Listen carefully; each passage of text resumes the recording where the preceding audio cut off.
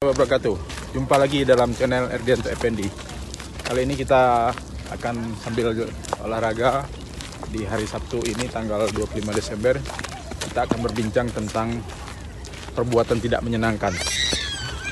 Nah, di dalam putusan MK nomor 1 tahun 2013 sebenarnya ini sudah dicabut. Frasa kata-kata perbuatan tidak menyenangkan itu sudah dicabut. Namun di tengah masyarakat, pemahaman masyarakat masih banyak yang beranggapan bahwa perbuatan tidak menyenangkan itu masih ada. Bahkan, maaf, di kalangan penegak hukum pun kadang-kadang masih ada yang beranggapan bahwa kalimat atau frasa perbuatan tidak menyenangkan itu masih ada di dalam KUHP. Nah, dan itu anggapan yang pertama. Anggapan yang kedua beranggapan bahwa itu semua sudah dihapus. Oleh karena itu pasal 335 yang merupakan pasal yang selama ini disebut sebagai pasal perbuatan tidak menyenangkan itu dianggap dihapus semua, tidak ada lagi. Nah, itu ada juga yang beranggapan seperti itu. Jadi ini kita luruskan. Yang dihapus itu adalah frasa perbuatan tidak menyenangkannya. Pasalnya masih ada, pasal 335. Sehingga pasal 335 itu berbunyi, orang siapa dengan kekerasan atau ancaman kekerasan memaksa orang untuk melakukan atau tidak melakukan di luar kehendaknya sendiri. Nah, itu yang disebut dengan pasal 335. Jadi pasal 335 tetap ada, cuman yang sebelumnya, sebelum ada putusan MK itu ada frasa perbuatan tidak menyenangkan, itu saja yang dihapus, yang lain tidak dihapus.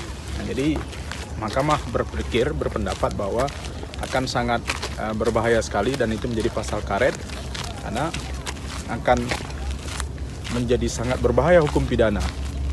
Misalnya nengok orang, Pak Erdianto pakai baju biru di stadion, saya tidak suka, lapor, dia kan berbahaya sekali. Nengok kemudian ada orang pakai baju merah misalnya, saya tidak suka baju merah. Nengok orang berjalan, saya tidak suka nengok kamu berjalan.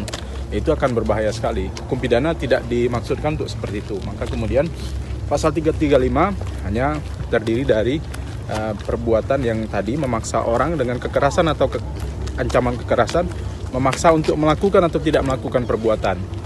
Nah, ini konstruksi hukumnya mirip dengan pasal 368 atau pasal 285. 368 itu adalah memaksa dengan kekerasan atau ancaman kekerasan untuk menyerahkan barang.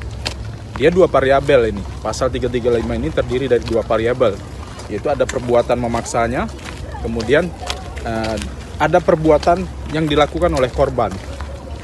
Perbuatan yang dilakukan oleh korban itu melakukan sesuatu atas keinginan pelaku atau tidak dapat melakukan sesuatu atas paksaan dari pelaku. Nah, jadi variabel keduanya harus terpenuhi. Kalau sekedar memaksa orang dengan kekerasan atau ancaman kekerasan, itu tidak bisa dibilang sebagai pasal 335. Menodongkan senjata misalnya. Menodongkan senjata aja ya bukan pasal 335. Tetapi kan menodongkan senjata itu diatur dalam Undang-Undang Darurat nomor 1 tahun 1991. Itu menggunakan senjata bukan untuk kepentingan yang dipentingkan, misalnya untuk kepentingan tradisional atau untuk kepentingan pertanian. Nah, jadi menggunakan senjatanya yang salah, bukan pasal 335-nya. Nah, sama juga misalnya ada orang menodongkan pistol dalam pasal 368, nyawa atau harta. Nah, itu digunakan untuk kekerasan atau ancaman kekerasan ini, senjata itu digunakan untuk membuat korban menyerahkan barangnya kepada si pelaku. Nah, demikian juga dalam pasal 285 tentang perkosaan. Kekerasan atau ancaman kekerasan itu menjadi sarana untuk membuat si pelaku dapat menyetubuhi korban. Nah, ini konstruksi tiga pasal ini hampir sama. Nah, cuman yang menjadi akibat variabel keduanya itu berbeda.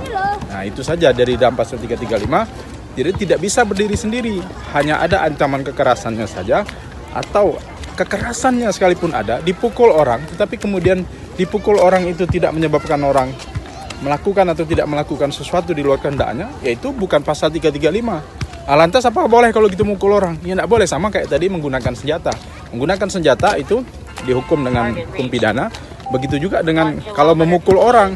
Nah, itu diancam dengan pasal 351 tentang penganiayaan. Nah, jadi demikian konstruksi pasal 335 dia harus jelas, jangan sampai ada ancaman saja. Ini contoh pernah ada orang datang rame-rame ke suatu kantor dengan pakaian yang menyeramkan, tapi mereka duduk-duduk saja. Mereka tidak mengatakan apapun, tidak dalam bentuk fisikis pun tidak mengatakan apapun, mereka cuma duduk. Nah, penyidik bertanya kepada saya, apakah itu tindak pidana pasal 335? Tidak bisa. Nah, jangankan duduk-duduk saja, menodongkan senjata saja, tapi tidak diikuti perintah kepada si korban, itu tidak bisa dianggap sebagai pasal 335. Nah, demikian untuk hari ini. Wassalamualaikum warahmatullahi wabarakatuh. Salam dari Stadion Utama Riau.